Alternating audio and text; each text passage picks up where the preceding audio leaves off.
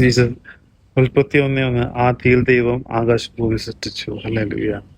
എല്ലാ ജീവനുള്ളവയുടെ കണികകളും ഉണ്ടാക്കിയിട്ടുള്ളത് DNA എന്നുള്ളൊരു മോളിക്യൂൾസ് വെച്ചിട്ടാണ്.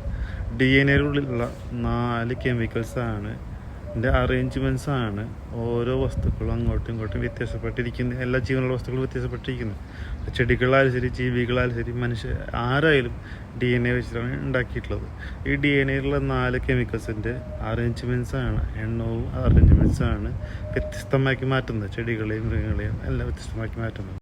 അപ്പോൾ എല്ലാം അങ്ങോട്ടും ഇങ്ങോട്ടും സാദൃശ്യം ഉണ്ടാവാം, വ്യത്യാസവും ഉണ്ടാവാം.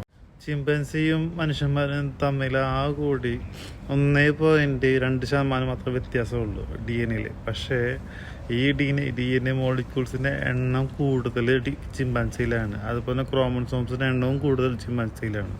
ഇങ്ങനെ വെച്ച് നോക്കുകയാണെങ്കിൽ, എവല്യൂഷൻ തിയറി പ്രകാരം നോക്കുകയാണെങ്കിൽ, മനുഷ്യനിൽ നിന്നാണ് ചിമ്പാൻസി ഉണ്ടായിട്ടുള്ളത്, അല്ലാണ്ട് ചിമ്പാൻസിയിൽ നിന്നല്ല മനുഷ്യൻ ഉണ്ടായിട്ടുള്ളത് എന്ന് നമുക്ക് മനസ്സിലാക്കേണ്ടി വരും.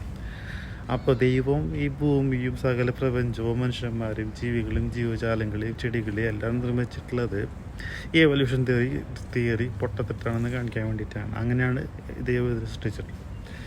ഈശ്വരൻ നമുക്ക് ആരാധിക്കാൻ സ്നേഹിക്കും കുർബാനയോടെ കപ്പത്തൽപ്പനുസരിച്ചും. ഹല്ലേലൂയ.